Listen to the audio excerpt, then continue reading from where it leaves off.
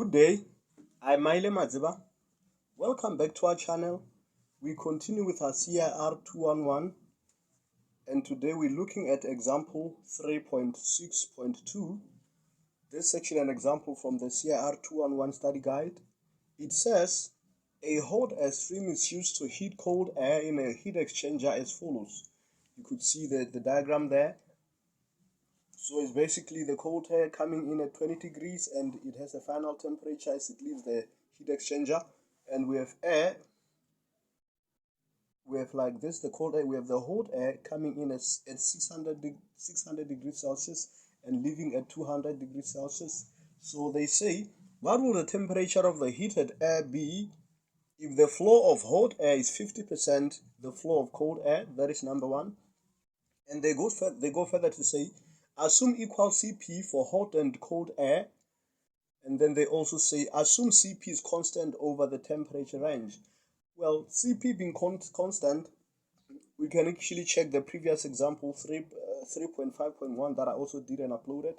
The Cp actually had a T in it, so it was a variable. It was not constant. So in this case, they are basically saying the Cp is actually constant.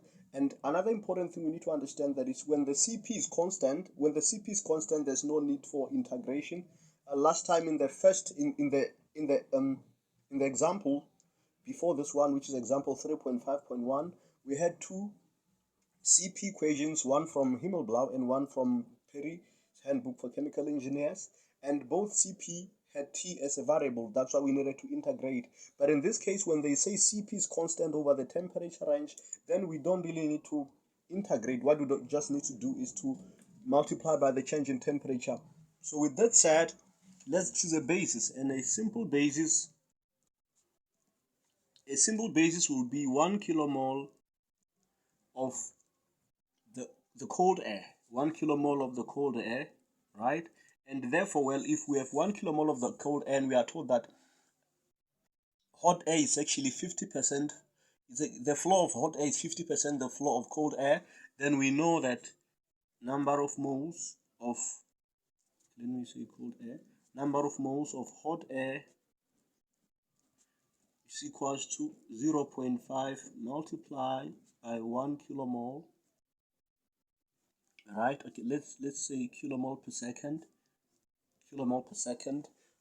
They didn't really tell us much of the information here as far as the time is concerned, so I just put it in. So it shouldn't really be difficult. You would have used an hour or so, but it shouldn't really be a problem. So now when you have this, we know that we have our hot air being 0.5 kilomole per second. Now we have the number of moles of the hot air and also the number of moles of the cold air. So we need to establish our equations, use our chemical engineering intuition to actually establish equations that we'll use to solve the problem. One thing we know is that the number of moles, or the change in the molar change in energy of cold air, right, plus N delta H, the molar change in energy of the hot air,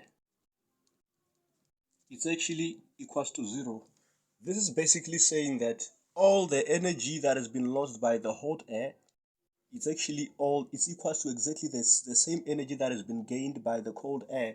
And this is because the last statement says the heat exchanger is well insulated so that no heat losses take place. So there really isn't any heat losses that are actually taking place. So this is basically our first equation. So now our next duty will be to calculate this and this. So we know that N delta H is actually equal to N Cp delta T. Like I said earlier, if the Cp was actually a variable, which means it had like your T temperature varying, we'll have our dt instead of delta T, right? So because it's constant, then we don't really have a problem. Let me start by saying cold air. Let me start by cold air. Let me say cold air, right? So now we are calculating for cold air. We say delta H equals to NCP dt. So we know the number of moles of cold air is actually equals to 1 kilomole per second multiplied by Cp. We don't have, we leave it there as Cp. This is multiply, and then the temperature change of cold air, it's actually the final temperature is T. It's an unknown. It's actually what we need to calculate, and the initial temperature is 20 degrees Celsius. So this is basically our equation 2. So then we go to our hot air, right? So we know in hot air, and delta H is equals to NCP change in T is equal, the number of moles of hot air we calculated to be 0.5 kilomole per second multiplied by Cp, which is the delta, which is the Cp for hot air, and then also multiply by the change in temperature for hot air. And the change in temperature for hot air is actually, the final temperature is 200, so it's 200 degrees, and the initial temperature is 600 degrees Celsius.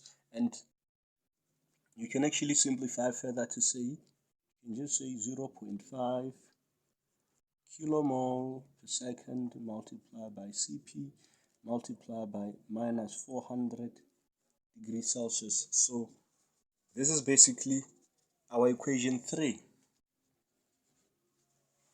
So yeah, so now with this said, then as we go further, so we know from our equation 1 we have our N delta T of cold air and N delta T of hot air.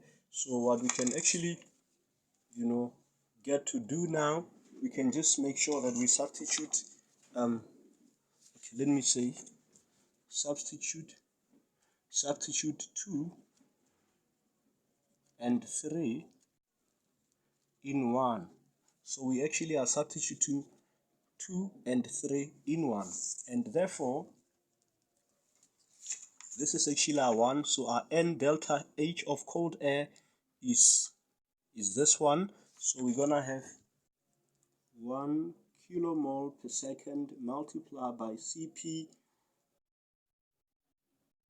multiplied by T minus 20 degrees Celsius, right? That is actually this part. We have substituted this part as this part, and then we say plus the N delta H of the hot air. This is it. Oh, sorry. Earlier, this one is actually the cold air. Now this is actually the hot air. We're gonna plug it in 1 also, so that becomes 0.5 kilomole per second multiplied by Cp multiplied by minus 400 degrees Celsius. So now we have actually substituted 2 and 3 in 1. So what's left for us now is actually to do, what is actually left for us now is to do the simplification. If you can actually notice here, you'll realize that by now we have just reached the stage where we just need to do the mathematics. And with that said, okay, I forgot to say equals to 0 because the equation has an equals to 0. Yeah, without the equals to 0, then it's mathematically not correct. So now with that said, we can actually check out like the common factors. Remember, we have been told here that the Cp, assume equal Cp for both hot and cold air, which means this Cp of cold air is actually the same as the Cp of cold air, right? So the Cp of cold air is actually the same as the Cp of the hot air. And also we have kilomole per second here, also kilomole per second. So we can actually divide by kilomole per second all through. We can just say all over kilomole per second multiplied by Cp all over kilomole per second multiplied by Cp. Also here we divide by kilomole per second by Cp. So with that said, we can calculate the kilomole per second and we calculate the Cp here, and also here we calculate the kilomole per second, we also calculate the Cp. So here we are left with T minus 20 degrees Celsius, right? Plus plus 0.5 multiplied by minus 400 plus 0.5 multiplied by minus 400 degrees Celsius is equals to 0. So we can just say, therefore, T is equals to, okay, before I get there, let me say T minus 20 degrees Celsius minus 200 degrees Celsius is equal to 0. So we can say, therefore, T is equals to 220 degrees Celsius, because your 200 plus 20 becomes 220, and they are all negative, so when you throw them that side they become positive. So this basically means that this stream here, or the cold air, leaves the heat exchanger at a temperature of 220 degrees Celsius. And we have actually answered the question, because the question says, what will the temperature of the heated air be if the flow of hot air is 50% the flow of cold air? And they give us all the other information that we needed. So thank you guys for your time, and I hope we meet again in our next video.